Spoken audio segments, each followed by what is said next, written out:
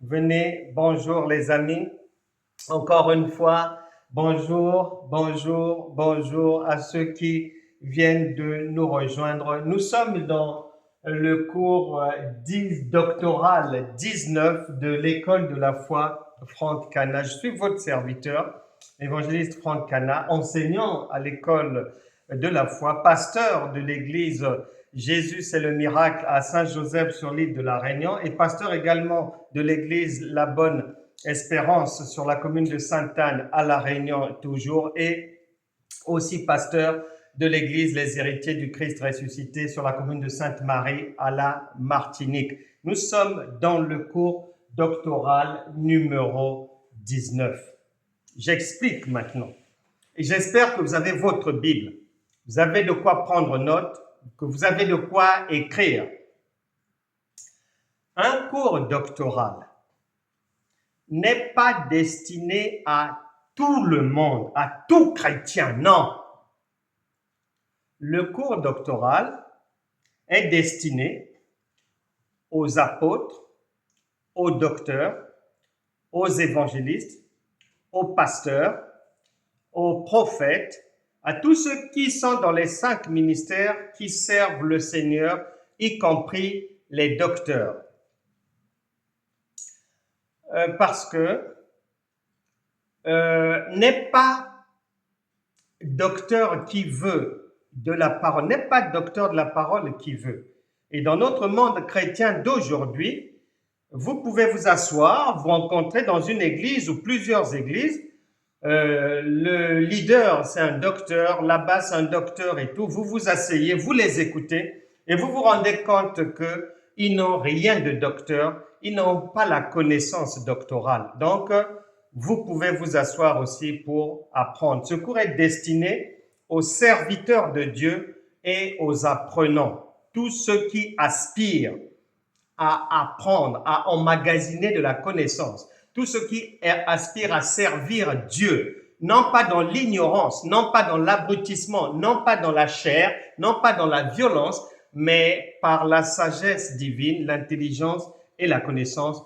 Ici est leur place. C'est à cela que sont destinés les cours doctoraux, d'autant plus que le Seigneur Jésus a toujours dit que les croyants de ce siècle présent ont un problème, c'est celui de l'ignorance. Osée chapitre 4, verset 6, mon peuple périt faute de connaissance. Et lorsque la parole de Dieu parle de croyants du siècle présent, il s'agit et des serviteurs et des brebis, parce que si les vies des brebis n'avancent pas, eh ben, pour partie, c'est parce que les serviteurs eux-mêmes sont pleins d'ignorance. Donc, l'école de la foi est une structure destinée à sortir tout un chacun de l'ignorance et des échecs de la vie.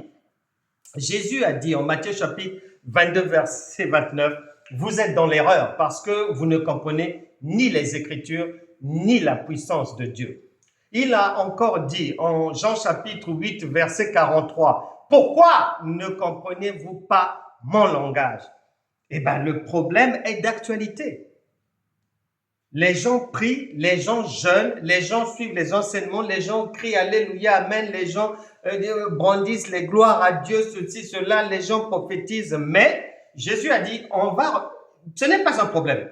On reconnaîtra aux fruits dans les vies des gens. Et les vies des gens, généralement, les chrétiens sont à la queue leu-leu, ils triment, ils souffrent, ils ont beaucoup de mal à apporter les preuves de la présence de Dieu en eux. Et le Seigneur a déjà donné la raison, c'est parce il leur manque de la connaissance. Et ici, l'école de la foi est un réservoir où vous pouvez venir puiser de la connaissance d'une manière directe ici. Et puis, en allant sur ma chaîne YouTube, École de la foi, Franck Cana TV, vous prenez votre Bible, de quoi prendre note, vous vous asseyez. Il y a plus de 300 enseignements là-bas sur la foi, la guérison, la délivrance, la sagesse divine, l'intelligence, la connaissance divine.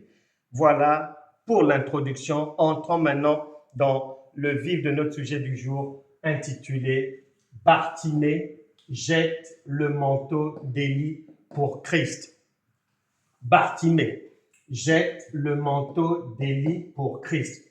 Les objectifs de Dieu sont les mêmes. Il a dit, mon peuple périt faute de connaissance, de sortir de l'ignorance. Ensuite, il a dit, à celui qui a, on va ajouter. Donc, pour t'ajouter de la connaissance.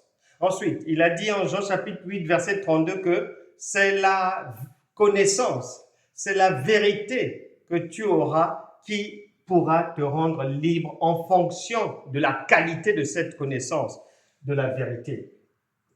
Et donc, je sais que beaucoup d'entre vous, vous avez déjà suivi des enseignements sur Bartimée, sur Élie, sur le Seigneur, mais aujourd'hui, le Saint-Esprit voudrait te faire comprendre que ce que tu as pu comprendre, ce que tu as pu recevoir comme enseignement concernant Bartimée, concernant le manteau d'Élie, concernant Élie et le Christ, c'était le béaba, c'était le début du commencement, c'était la compréhension humaine, celle des hommes. Or, Dieu n'est pas un homme, Dieu est esprit. Donc aujourd'hui, c'est la révélation de Dieu qui va te permettre de comprendre ce qui était caché derrière ce que tu avais lu, et ce qui est caché, c'est la pensée divine, puisque Dieu parle toujours en parabole. Ce n'est pas moi qui le dis, mais ce sont les Écritures elles-mêmes.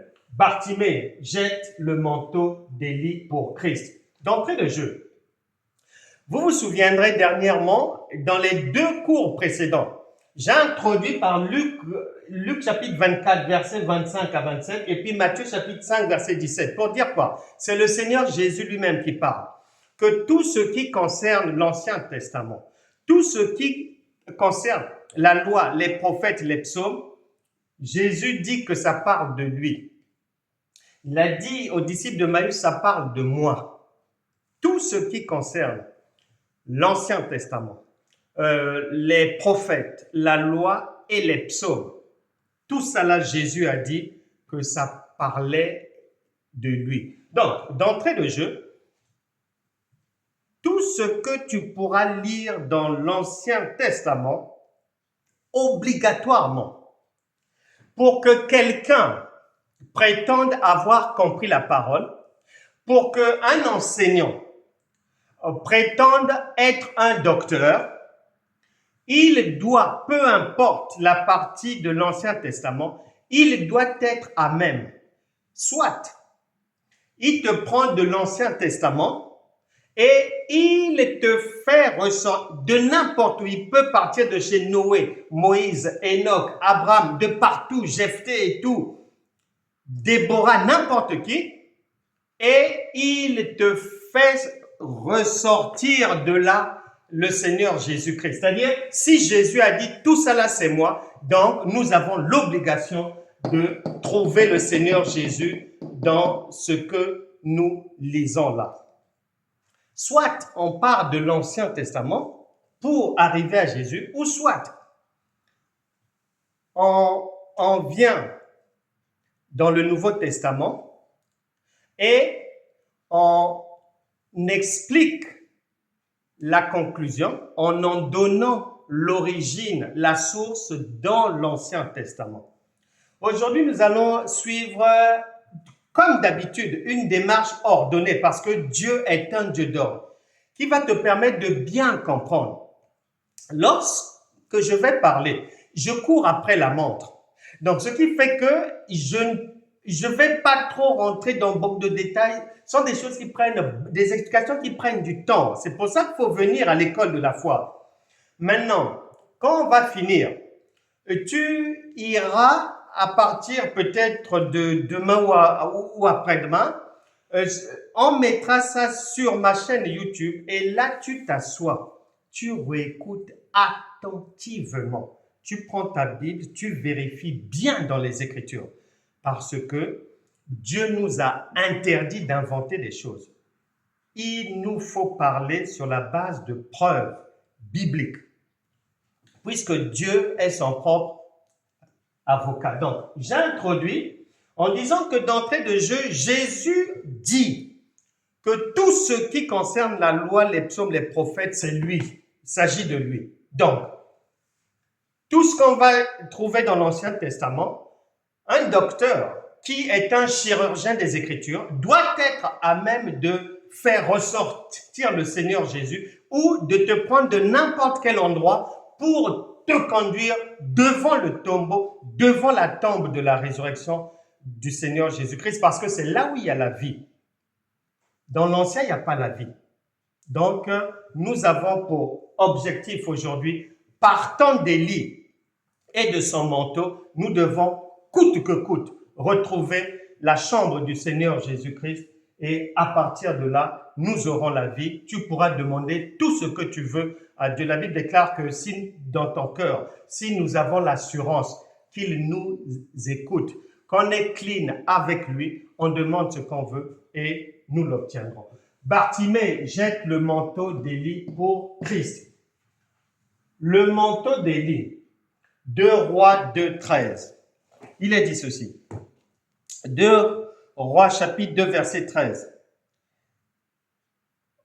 Il releva le manteau qu'Élie avait laissé tomber.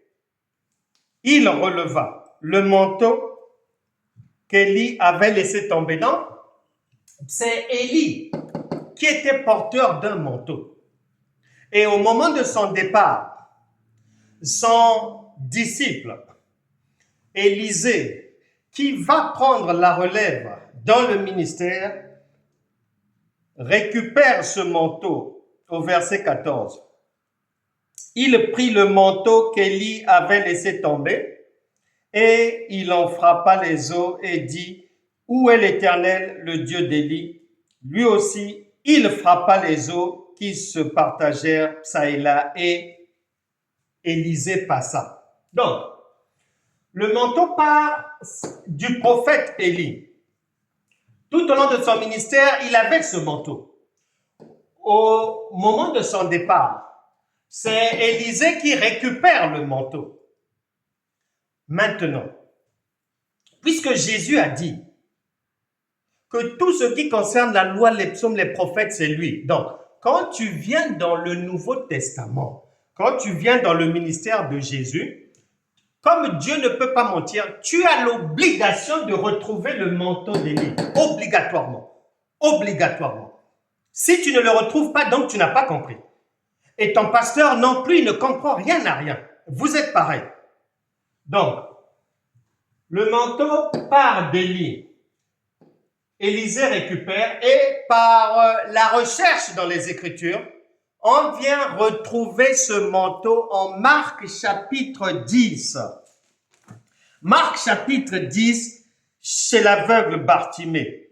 Verset 46. Ils arrivèrent à Jéricho et lorsque Jésus en sortit avec ses disciples et une assez grande foule, virgule, le fils de Timée, virgule, Bartimée, mendiant aveugle, était assis au bord du chemin.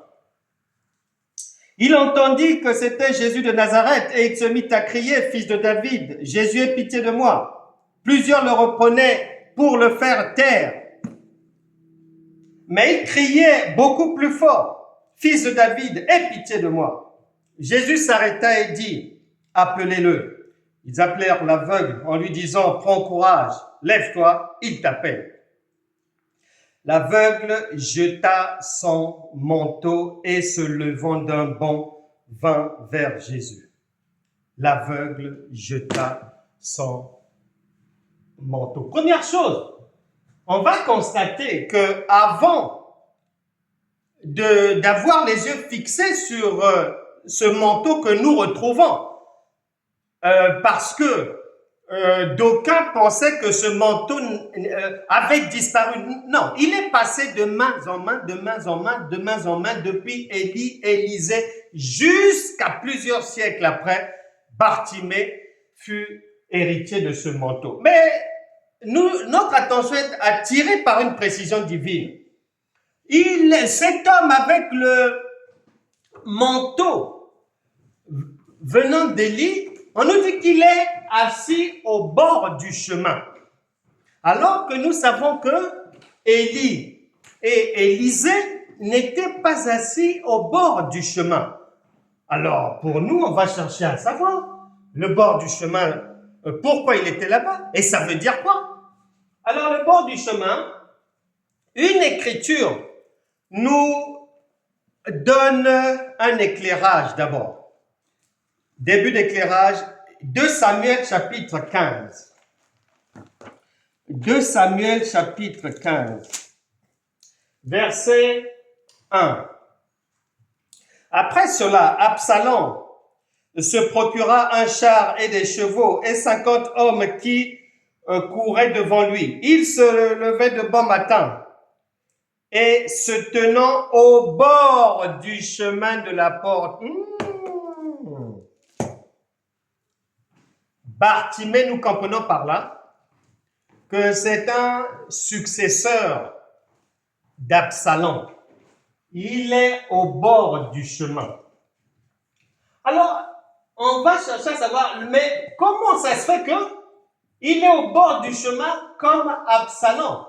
Bartimée est au bord du chemin. Il n'est pas dans le chemin, il est au bord du chemin comme Absalom. Or, 2 Samuel chapitre 15, à partir du verset 1, viennent nous renseigner que Absalom était rentré en rébellion face à l'envoyé de Dieu, représentant de Dieu, le roi David, son père. Donc, Absalom est un fils rebelle. Absalom est rentré dans l'injustice. Il récupérait les gens. Alors que son père rendait justice, lui aussi voulait maintenant faire une falsification de la justice. Absalom, c'est pour ça qu'il était au bord du chemin. Il n'est pas dans le chemin, il est au bord, à côté. Et quand tu es au bord du chemin, tu es dans l'injustice. Absalom était dans la méchanceté, dans l'égarement, dans les faux enseignements. Parce que Absalom est un ministre aussi. Mais un ministre du diable, lui aussi donne des enseignements, donne des conseils. Mais du diable. Donc, c'est Bartimée qui poursuivait l'œuvre d'Absalom. C'est ce que le Saint-Esprit nous révèle. Absalom a eu des héritiers dans son ministère et Bartimée qui avait ce manteau-là. Donc, dans ce manteau, il n'y avait pas que de bonnes choses, parce que s'il y avait de bonnes choses, on l'aurait retrouvé dans le chemin. Mais comme il était au bord du chemin, il poursuivait le ministère d'Absalom. Matthieu chapitre 7. Lorsqu'on est au bord du chemin, on n'est pas dans le chemin, on est au bord du chemin. Mais parce que le chemin, on doit chercher à comprendre le chemin. C'est quoi? Eh bien, c'est Dieu lui-même qui va nous donner un tuyau. Évangile de Jean chapitre 14, verset 6, il est dit, Jésus lui dit, je suis le chemin, virgule, la vérité et la vie. Nul ne vient au Père que par moi. Voilà. Donc, Jésus dit qu'il est le chemin, la vérité. Il est le bien. Il est celui qui bénit. Il est le pourvoyeur de la paix. Et Bartimée n'était pas donc dans le chemin, puisque quand Jésus est arrivé, Bartimée n'était pas dans le chemin, il était au bord du chemin. Et tous ceux qui sont au bord du chemin descendent d'Absalom, ce sont les rebelles, les faux, les chrétiens hypocrites, les adultères, les gens qui vivent dans le péché, les menteurs, les menteuses, les impudiques, les faux, ceux qui témoignent pour de faux, etc., etc. Voilà, c'est là où était Bartimée. Il était dans toutes ces choses-là. Et au bord du chemin, on retrouve ce que le Seigneur Jésus a dit. Matthieu chapitre 7, verset 15. Gardez-vous des faux prophètes. Ils viennent à vous en vêtements de brebis, mais au-dedans d'eux, ce sont des loups ravisseurs. Absalom était un loup ravisseur. 2 Corinthiens chapitre 11, versets 13 à 15. La Bible déclare 2 Corinthiens pour tous ceux qui sont au bord du chemin, que ça soit les entre guillemets prédicateurs, enseignants ou les brebis lambda, la Bible déclare 2 Corinthiens chapitre 11, verset 13, ces hommes-là, comme l'était Bartimée au bord du chemin, comme Absalom avec son successeur Bartimée plus tard dans leur ministère, il est dit ceci, ceux qui, c'est-à-dire, ils sortent les gens du chemin ou ils les empêchent d'entrer dans le chemin. Voilà. Ces hommes-là sont de faux apôtres, des ouvriers trompeurs, déguisés en apôtres de Christ. Déguisés en apôtres de Christ. Et cela n'est pas étonnant, puisque Satan lui-même se déguise en ange de lumière. Il n'est donc pas étrange que ses ministres aussi se déguisent en ministres de justice. Leur fin sera selon leurs œuvres. Et 2 Thessaloniciens chapitre 2, verset 9, insiste sur l'égarement. Toute personne au bord du chemin est dans l'égarement, est dans le péché. Jean chapitre 9, verset 31 vient dire que Dieu n'exauce pas les pécheurs. Si tu es au bord du chemin, peut-être que ta vie n'avance pas et tu te poses 1001 questions, mais tu ignores la raison. Tu as prié comme ça, tu as jeûné comme ça, tu as multiplié les jeûnes, tu as même donné de l'argent, tu as soi-disant bâti des hôtels là-bas, tu as soi-disant fait des sacrifices là-bas, mais il n'y a pas de changement dans la vie. Les enfants sont toujours malades, c'est toujours le divorce ou la répudiation. Au travail, tout le monde ne t'aime pas. Dans la famille, il y a des mauvaises paroles sur toi. Les maladies sont là, soit tantôt le diabète, tantôt les seins qui font maintenant mal. Et ne serais-tu pas au bord du chemin? Parce que ces choses-là, on les retrouve au bord du chemin, pas dans le chemin. Pas dans le chemin, car le chemin, c'est le Seigneur Jésus-Christ. Jean chapitre 14, verset 6. Jésus-Christ, lui qui est la vérité, la grâce, la paix, la joie, le repos. Donc, Bartimée n'avait pas ça, la vérité. Il n'avait pas la grâce. Il n'était pas dans la paix. Il n'avait pas la joie. Il n'était pas dans le repos, comme beaucoup de croyants aujourd'hui. Et la plupart des gens sont donc au bord du chemin. Maintenant, il est dit que le manteau que Bartimée avait, eh ben, tout ce qui est au bord du chemin, et puisque c'est pas dans le chemin, parce que tu peux être au bord du chemin, mais avec une bonne volonté. C'est-à-dire, tu es dans l'ignorance involontairement. C'est-à-dire que tu fais mal, mais sans le savoir.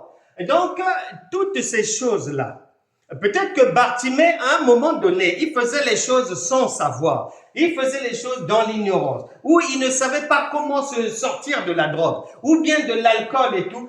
Tout ce qui ne peut pas emmener quelqu'un au mieux-être représente donc ce manteau ramené qui représente la loi.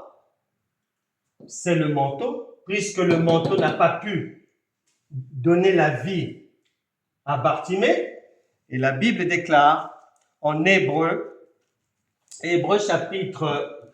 chapitre 7, versets 18 à 19, il est dit ceci, Hébreu 7, 18. Il y a ainsi abolition d'une ordonnance antérieure, virgule, à cause de son impuissance et de son inutilité. Le manteau de Bartimée était inutile pour lui.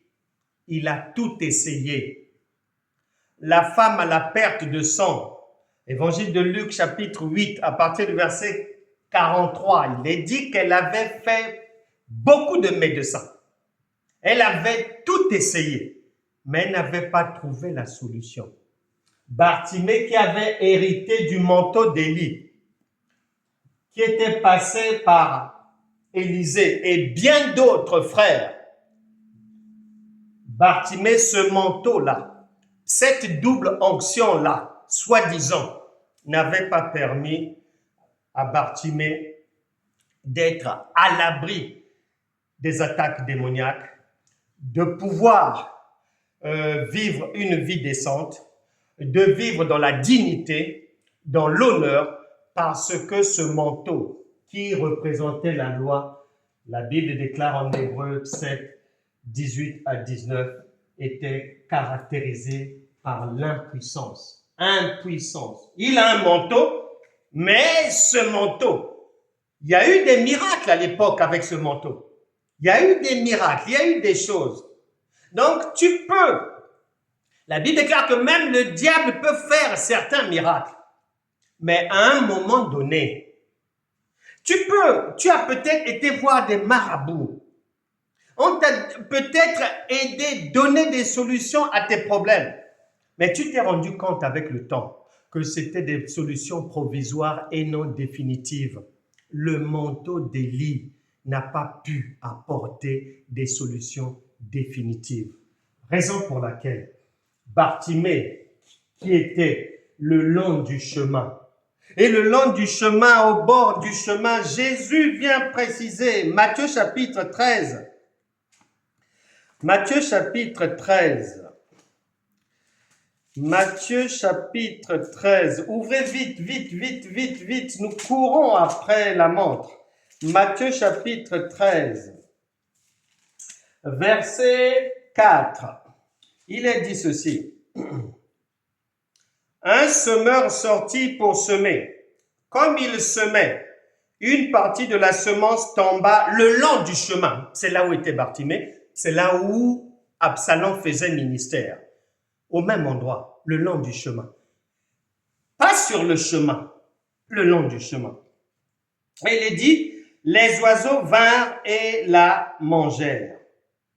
Les oiseaux vinrent et la mangèrent. Et le Seigneur dit ceci, que cela veut dire quoi? Il vient en donner la signification à partir du verset donc 18. Vous donc, écoutez ce que signifie la parabole du semeur. Lorsqu'un homme écoute la parole du royaume et ne la comprend pas, le malin vient et enlève ce qui a été semé dans son cœur. Cet homme est celui qui a reçu la semence le long du chemin. Bartimée, malgré la parole qu'il avait écoutée des prophètes, ce n'était pas suffisant. Tu écoutes peut-être la parole, mais tu l'écoutes de quelle manière? Et tu es ballotté à droite, à gauche, dès qu'une information arrive, tu fais naufrage. Et tu es dans la panique, tu es dans la peur, tu es dans l'ignorance.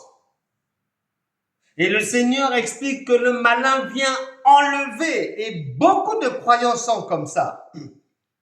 Il te faut de la connaissance pour que le malin ne puisse pas venir détruire ta base fondamentale en Christ, te proposer des mauvaises choses comme il l'a fait avec le Seigneur Jésus en Matthieu chapitre 4, à partir du verset 1 à 11, où il disait, il est écrit. Et le Seigneur répondait, il est aussi écrit. Et le malin continuait encore en proposant autre chose. Et c'était parole contre parole. Où en es-tu avec ça? Tu es dans quel genre d'église locale? Quel genre de parole tu écoutes? Est-ce que c'est du lait? Est-ce que c'est de la bouillie? Ou est-ce que c'est de la nourriture solide? Tu en es où? Parce que Bartimée était peut-être dans une église locale. Mais de quelle qualité? Haut de gamme ou bas de gamme? Et c'est pour ça qu'il demeurait toujours le long du chemin, dans l'ignorance, malmené par le diable. Et l'image de Bartimée, à ce moment-là, c'est l'image du peuple qui est dans ce monde et qui est malmené par toutes sortes d'abus, drogue, sexe, alcool, violence, libertinage, comportement déviant sexuellement. Homme avec homme, femme avec femme, des choses infâmes, dit la parole de Dieu. Beaucoup de choses comme ça dans ce monde, un peuple perdu. La Bible déclare les gens dans ce monde corrompu et pervers. Et quand c'est comme ça, comme Bartimée était le long du chemin, avec son manteau qui n'arrivait pas à lui donner la vie, il souffrait comme le peuple souffre, malmené par le prince de ce monde. Et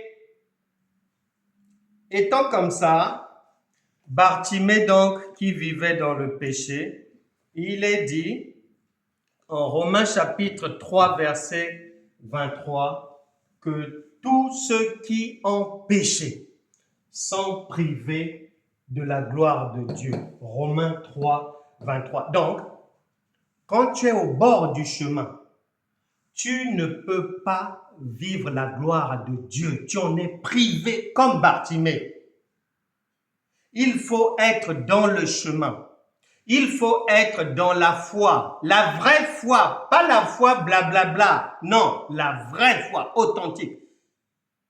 Soit tu es dans la foi, le chemin, ou tu es dans le bois, comme Bartimée. Et il est dit donc que si tu pêches, et tu es donc privé comme Bartimée de la gloire de Dieu. Or, privé de la gloire de Dieu veut dire quoi? Cela veut dire impossibilité de voir Dieu. Exode chapitre 33, versets 18 à 20. Moïse avait demandé à Dieu, fais-moi voir ta gloire. Dieu lui a dit, c'est pas possible que tu puisses voir ma face et vivre. Donc, être privé de la gloire de Dieu, comme tu ne peux pas voir Dieu, tu es dans l'aveuglement. Exode 33, verset 18 à 20. C'est l'aveuglement, c'est être aveugle, c'est Bartimée, et c'est Caïn aussi, Dieu avait dit non, il ne faut pas que Caïn, après avoir tué son frère Abel, s'approche de ma face. Donc c'est en Genèse chapitre 4, verset 14 à 16. Donc c'est tous ceux qui sont éloignés de Dieu, tous ceux qui mentent, les menteurs, les gens qui se comportent très mal, les chrétiens hypocrites, les faux pasteurs, les faux docteurs, les fausses prophétesses, les gens soi-disant serviteurs de Dieu, qui font soi-disant des consultations prophétiques. La Bible déclare, Apocalypse chapitre 22, verset 15, « Dehors, les chiens, les enchanteurs, les impudiques, les meurtriers, les idolâtres et quiconque aime et pratique le mensonge. » Tout ce monde-là sont privés de la gloire de Dieu, comme l'était Bartimée. Il ne pouvait pas voir Dieu.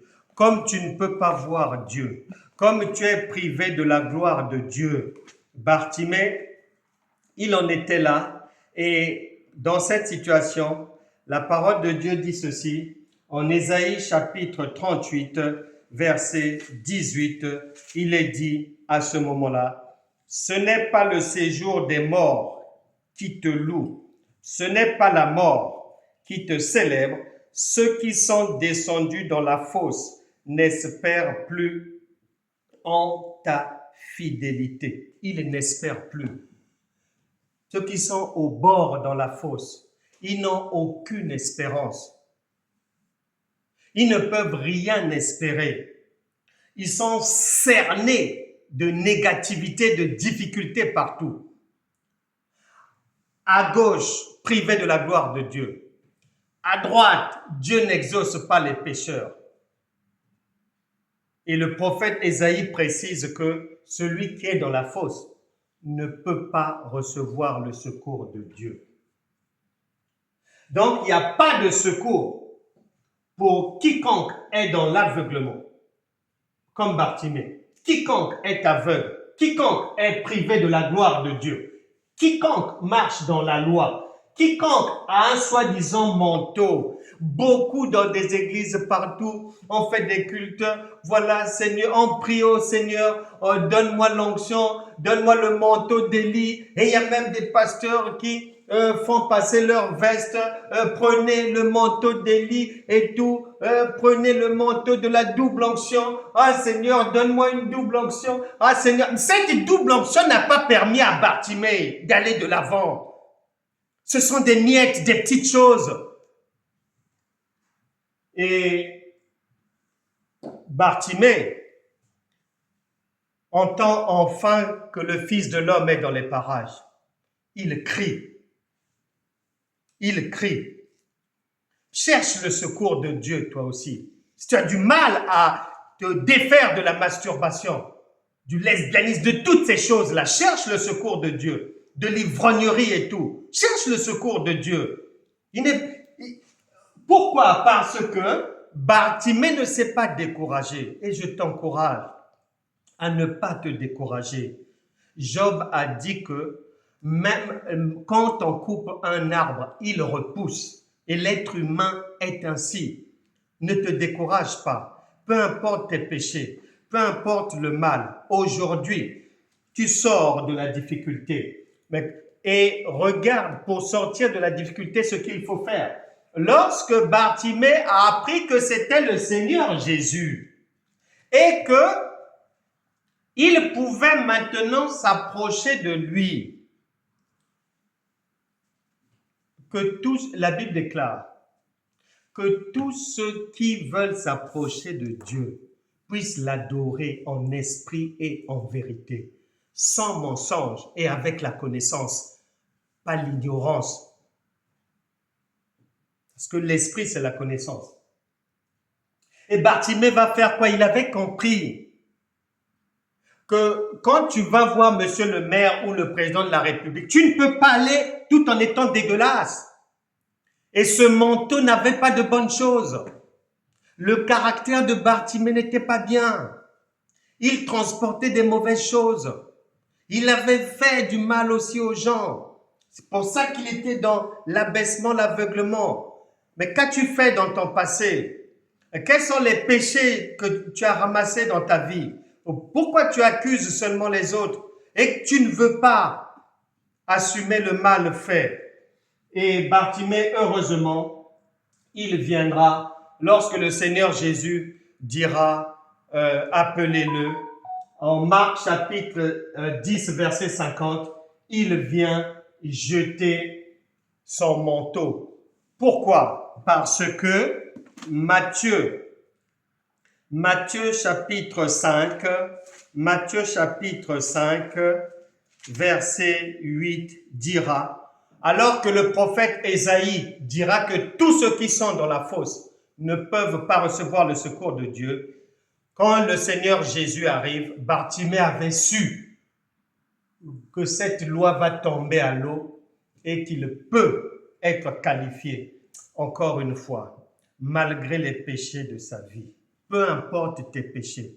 Écoute, la Bible déclare, Matthieu chapitre 5, verset 8, « Heureux ceux qui ont le cœur pur, car ils verront Dieu. » Bartimée qui ne pouvait pas voir Dieu. Bartimée qui était privé de la gloire de Dieu. Bartimée qui était dans l'aveuglement. Quand le Seigneur Jésus arrive, il brise la loi qui disait que celui qui est en bas, celui qui est dans la fosse, celui qui est dans l'obscurité ne peut pas voir Dieu. Tu verras Dieu à partir d'aujourd'hui. Et Matthieu chapitre 5, verset 8, le secours de Dieu devient possible. À quelles conditions? Il faut être pur. C'est pour ça que Bartimée avait d'abord jeté son manteau.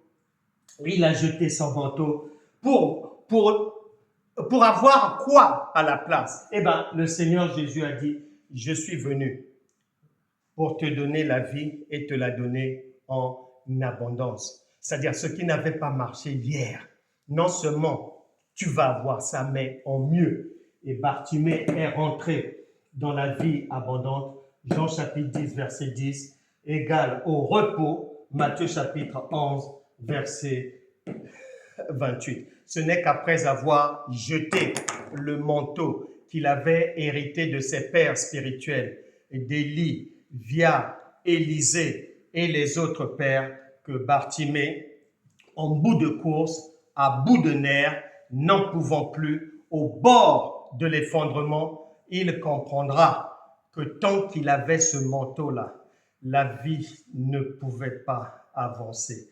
Tant que tu es dans le mensonge, ça n'avancera pas. Tant que tu voles des choses au travail, Dieu ne peut pas te venir en aide. Tant que tu montes des dossiers, des faux témoignages sur le père de tes enfants, sur la mère de ton enfant, Dieu ne peut pas te venir en aide. Tant que tu es voleur, Dieu ne te viendra pas en aide. Ah, je pense à ce frère, il y a quelques années, qui était venu me voir en urgence. Il avait un problème et il était perturbé. Le problème était qu'à la maison, il avait des problèmes avec sa femme. Et la femme, maintenant, elle voulait divorcer. Mais elle voulait divorcer avec vengeance. Et elle va faire quoi? Lui ne savait pas. Dans une société dans laquelle il travaillait depuis près d'une trentaine d'années. Or, il faisait quoi? Avec d'autres collègues, ils avaient l'habitude de voler les produits du boulot. Donc, il avait carrément des box dans lesquels il stockait tout ce qu'il volait depuis des années et il revendait sous le manteau. Et au moment où madame s'achauffait à la maison pour se venger, un matin, elle a débarqué sans prévenir le mari, sans rien dire. Elle a débarqué au boulot du mari pour aller dire au directeur que son mari est un voleur et qu'elle peut les emmener là où il stocke depuis des années les produits qu'il vole au boulot. Dieu lui avait accordé une dernière chance. C'était que ce jour-là, quand sa femme s'est présentée à son boulot avant son arrivée, elle est tombée, les directeurs n'étaient pas là, elle a été reçue par un collègue de son mari et ce qui l'a sauvée, Dieu l'a aidé en faisant ce dispositif, en le mettant en place. Le collègue de son mari là était aussi collègue du vol, donc lui-même était voleur. Donc quand le mari est arrivé au bureau, dès qu'il l'a vu, il a dit, il se sont retirés dans un coin et il a dit, ta femme est venue ici, elle est venue pour dénoncer tout ce que tu fais, le vol, c'est cela, elle a raconté, parlez. Il a tremblé comme pas possible. Et ce jour-là, il a couru, il voulait me voir à tout prix. Et ce jour-là, il avait compris que Dieu lui demandait comme toi aujourd'hui d'arrêter le mal, de jeter ce manteau du mensonge, du vol. Beaucoup de gens qui travaillent dans les hôtels ou je ne sais pas où, volent les serviettes, volent les gants, les nappes, les ceci, cela. Beaucoup dans les hôpitaux, les blouses sont volées, les consommables, les stéthoscopes, beaucoup. Il faut en finir aujourd'hui. Ouvre ton cœur maintenant. Tu vas jeter ton manteau. Tu prends la décision. Mais comme Bartimée, il n'avait pas hésité. Dès que la porte fut ouverte par Matthieu chapitre 5, verset 8, Jean chapitre 10, verset 10, Matthieu chapitre 11, verset 28, Luc chapitre 1, verset 37, il s'est engouffré, il a jeté le manteau, il a été qualifié. Écoute la suite. Jésus, prenant la parole, lui dit, « Que veux-tu que je fasse, Rabouni ?» Lui répondit l'aveugle, « Que je recouvre la vue. » Et Jésus lui dit, « Va, ta foi t'a sauvé. » Aussitôt, il recouvra la vue et suivit Jésus dans le chemin. C'est ton tour maintenant.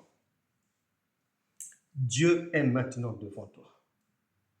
Tu lâches ce manteau de la séduction, de la cigarette, de l'adultère, des mensonges, du colportage, de l'idolâtrie, de l'adoration des faux dieux, de la poursuite des soi-disant prophéties divines, alors qu'elles viennent du diable.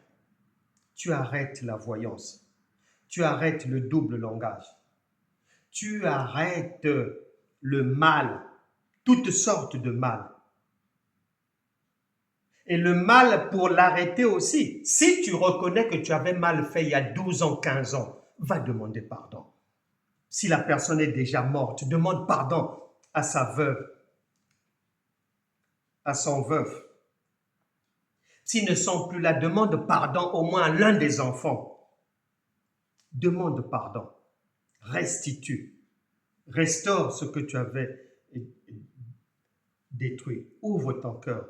Prends l'engagement maintenant. Je vais prier pour toi. La partie la plus difficile, c'est celle de prendre simplement la décision dans ton cœur d'arrêter le mal. Le reste, tu as bien vu, Jésus n'a pas demandé à Bartimée d'aller faire un jeûne. Tu as bien vu, Jésus n'a pas dit à Bartimée, tu seras guéri dans une semaine. Non! Tu as bien vu, Jésus n'a pas demandé de l'argent à Bartimée. Non. Tu as bien vu, Jésus n'a pas dit à Bartimée, donne l'argent pour bâtir un hôtel ou des sacrifices. Non. C'est la malédiction, ça. Il faut arrêter avec ça. Et après, les gens se plaignent. Oh, voilà les maris de nuit, les femmes de nuit ne vont pas. Si cela, j'ai des problèmes. Mais oui, vous faites du n'importe quoi. Au prétexte que c'est ce que Dieu a demandé de faire. Non, Dieu est simple, sa simplicité est là. Mais comme une mère avec son enfant, c'est tout. Ouvre ton cœur maintenant, comme Bartimée, abandonne le mal. Je te recommande à la grâce de Dieu. Tu vas guérir, tu vas sortir de la persécution démoniaque et humaine. La vie va devenir abondante pour toi. Je prie pour toute personne ici présente que tout ce qui n'avait pas marché, Saint-Esprit, va marcher pour eux à partir d'aujourd'hui. Recevez d'abord le pardon de vos péchés. Votre prise de décision de marcher dans le chemin et non plus au bord du chemin a été actée par le Saint-Esprit. Je brise toute malédiction dans vos vies. Je chasse toute maladie, les diabètes et autres. Je chasse tout démon persécuteur. Que tout procès en attente, toute procédure contre vous se solde par votre victoire. Que le doigt de Dieu signe les documents pour vous. Les achats de biens, meubles, celui qui veut vendre quelque chose, les clients viennent maintenant au nom puissant de Jésus. Recevez la grâce maintenant après avoir jeté le manteau pour prospérer, pour aller de l'avant avec Christ au nom puissant de Jésus. Amen. Amen. Que Dieu vous bénisse vraiment. C'était notre cours doctoral numéro 19 de l'école de la foi Franck Cana.